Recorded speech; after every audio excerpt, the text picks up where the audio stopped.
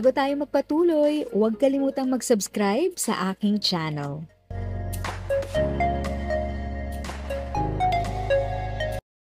Thank you sa pag-click ng aking video. Good day po sa lahat ng mga nanonood. Sa mga bagong viewers at napadaan lang, by the way, I'm Tita Eda.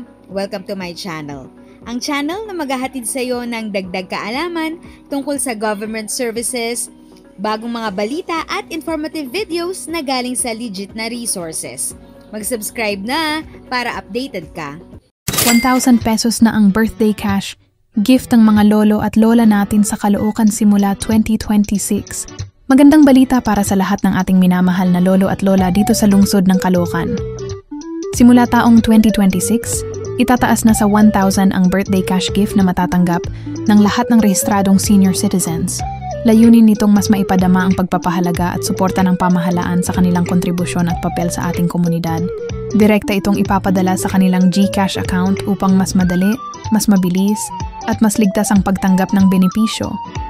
Wala nang mahabang pila at abala tuwing payout. Hindi rin mawawala ang taunang tradisyon ng pagbibigay ng spaghetti package para sa ating mga nakatatanda. Bagamat hindi na ito ipamimigay tuwing kaarawan.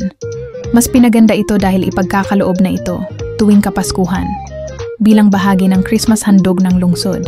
Lahat ng rehistrado at aktibong senior citizens ay makatatanggap nito bilang simbolo ng pagmamahal at pagbibigayan sa Pasko. Upang matiyak ang tuloy-tuloy na pagkuha ng mga benepisyo, hinihikayat ang lahat ng senior citizens na tiyaking rehistrado bilang senior citizen sa Caloocan, may valid at aktibong GCash account, na i-update ang kanilang record sa barangay o OSCA upang maiwasan ang anumang aberya. Sa Caloocan, sinisikap ng lokal na pamahalaan na walang senior citizen ang mapag-iiwanan. Sa bawat programa, layon naming maihatid ang aksyon at malasakit na tunay ninyong nararapat.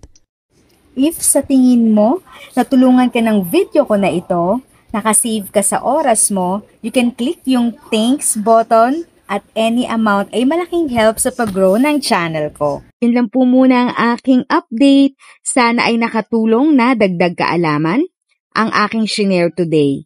Ang goal ng aking channel ay mag-create ng awareness. Kung ganitong mga topic ang gusto mo, panoorin mo ang mga videos ko na ito.